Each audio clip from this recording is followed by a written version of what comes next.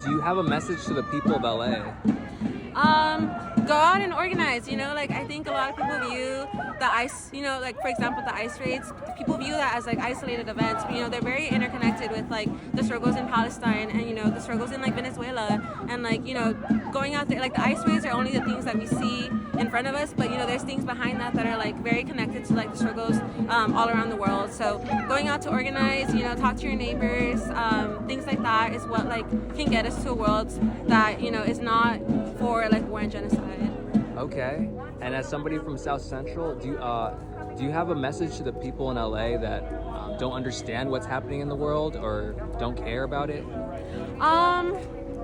Well, I think if you don't care about it, I think a lot of people feel like it's distant from them. That's why they don't really care as much. But again, like the point of like how, the ICE raids are just like one of the things that like shows like, like for example, the ICE agents, they're like people that are trained by like IOF soldiers in Palestine, the ones that are like killing like these people in Palestine and like, like causing all these like atrocities that we're seeing on our phones.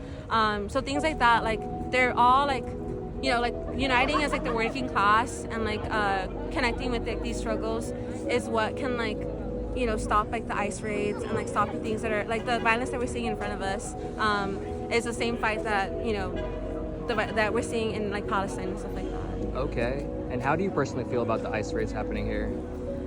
I feel really, really connected to it.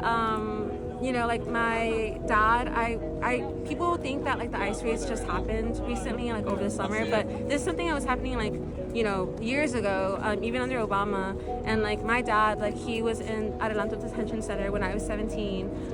And that was what, 2017, 2016. And like my uncle also got detained and kidnapped by ICE this past summer.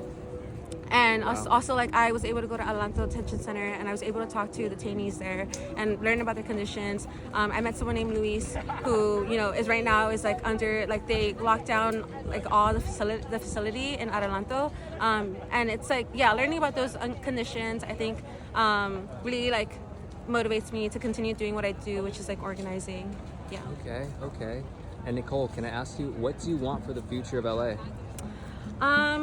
I want it to be for the people. Like I want, I think about like my dad, my uncle, and like the people that I organize, my comrades. Like I want it to be a world for them and not, for the people that are on top. The people who, like politicians, like like the city. I want it to be like a world for the people. Okay. All right. Well, thank you for speaking up today. Thank you.